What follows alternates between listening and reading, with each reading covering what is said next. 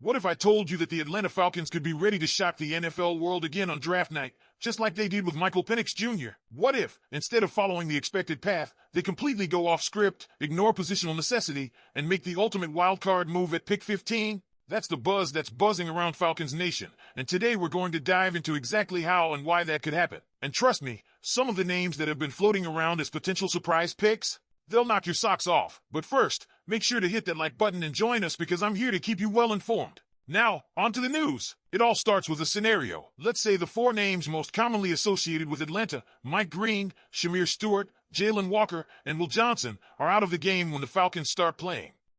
That's not unreasonable. In this case, the Falcons face a crossroads. Do they select based strictly on positional need, likely an edge rusher, or do they take the best player available, regardless of position? That's where things get dicey. Because according to recent rumors and a rather revealing list of pre-draft visits and private workouts, the Falcons may already be preparing for this moment. Let's start with one name that keeps resurfacing in a big way, Malaki Starks. If you follow Georgia football even a little bit, you know this name. Starks has been the heart and soul of that Bulldogs defense since he stepped on campus. He's not just a role player. He's been the on-field quarterback of that unit, starting 42 straight games. That durability alone makes him a standout in a sport where staying healthy is half the battle. Now he's not the fastest safety you've ever seen. He ran a 4.5 in the 40-yard dash at 6 feet and 200 pounds, but he's got something more valuable, football IQ. Coaches call him the Roquan Smith of the Georgia secondary. He lined up all over the field, from deep safety to nickel to near the line of scrimmage, and still produced 6 career interceptions and 23 pass breakups. And sure, PFF might ding him for allowing 453 yards in coverage last season, but when you're used as a movable chess piece, you're going to be caught in some blown assignments that aren't truly your fault. The modern NFL is built on versatility, and Starks brings it in spades. In an era where 3 receiver sets and high-octane passing offenses are the norm, he's the kind of safety who doesn't just survive, he thrives. He's someone you can plug into different packages without losing a step. And the Falcons? They've shown time and again they're not afraid to go best player available. So if all 4 edge rushers are gone, Malaki Starks becomes a very real option. But he's not the only one. Enter Nick Emenwari. And this guy? He's built like a linebacker, but plays safety with finesse. At 6 feet 3 inches and 220 pounds, he's a freak athlete who immediately made noise at South Carolina. Freshman All-American. Team MVP as a true freshman. 2 pick sixes last season. Oh, and he posted a quarterback rating allowed of just 37.1 when targeted, an absurdly low number for a player his size. This is a do-it-all, downhill thumper with elite ball skills. The Falcons are doing their homework. You don't bring in both Starks and Emenwari for visits unless you're at least considering the safety route early. And the logic makes sense, the edge class is deep.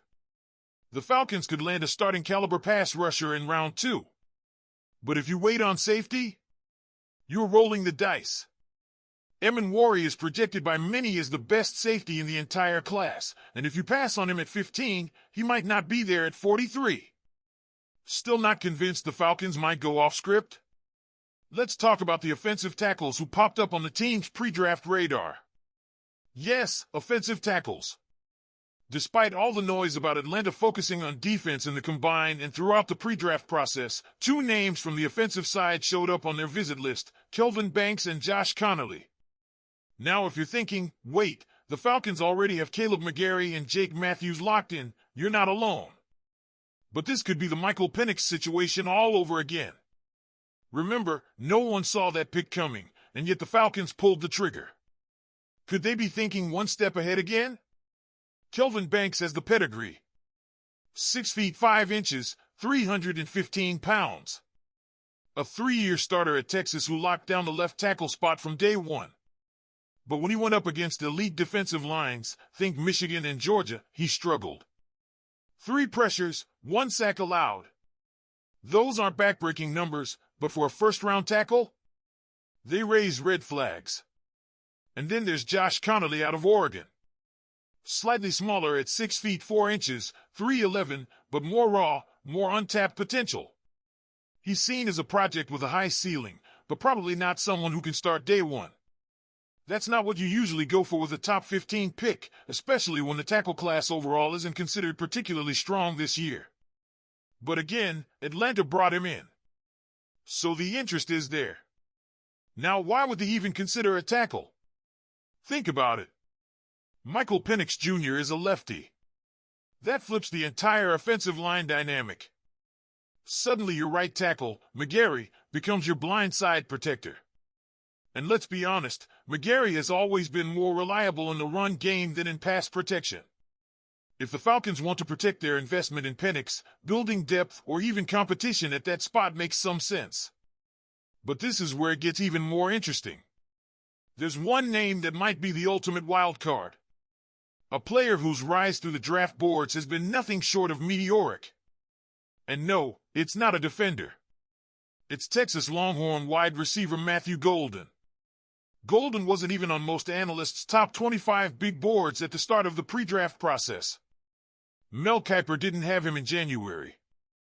Dane Brugler had him at 27. But fast forward to April, everyone's climbing aboard the hype train. Brugler now has him at 15. Kiper moved him all the way up to 15. Daniel Jeremiah, 22 to 16. This isn't just smoke, this is a firestorm of momentum. Golden has quietly become one of the most intriguing offensive weapons in the draft. And if the Falcons draft the best player available and find themselves with Golden on the board, with all their top defensive targets gone, are we absolutely certain they won't make the move? The argument for Golden makes some sense. Drake London is his ex-Darnell Mooney could thrive as a true Z receiver now that he's no longer forced to play in the slot like he was in Chicago. Golden could be that versatile WR3, the guy you use on the move, in the slot, even in the backfield on end-arounds and gadget plays. Think about how many times the Falcons have tried to get creative with London on the move, and how it's backfired. Golden could make that difference work. So here's the real question for Falcons fans. If the board goes the wrong way at 15, would you rather force a pick at the edge, or take a top 10 talent at another position? Could the Falcons surprise us again, like they did with Penix? And if you're still on the fence, consider this: Golden isn't just a gadget guy. He's a player who's projected to be an 8 to 10 year starter in the NFL, with elite traits and a skill set that fits perfectly with how Atlanta's offense is evolving. If the defense isn't going to jump from average to elite with a mid-first round pick, why not go all in on scoring power? Golden, along with Penix, London, Mooney, and Bijan Robinson? That's a spectacle. So here's where you come in, Falcons Nation. What's the play? Are we going all in on defense even though it's not the best value? Or are you okay with the front office zigging while everyone else expects them to zag? Let us know in the comments. Don't forget to like and subscribe to the channel. Go Falcons!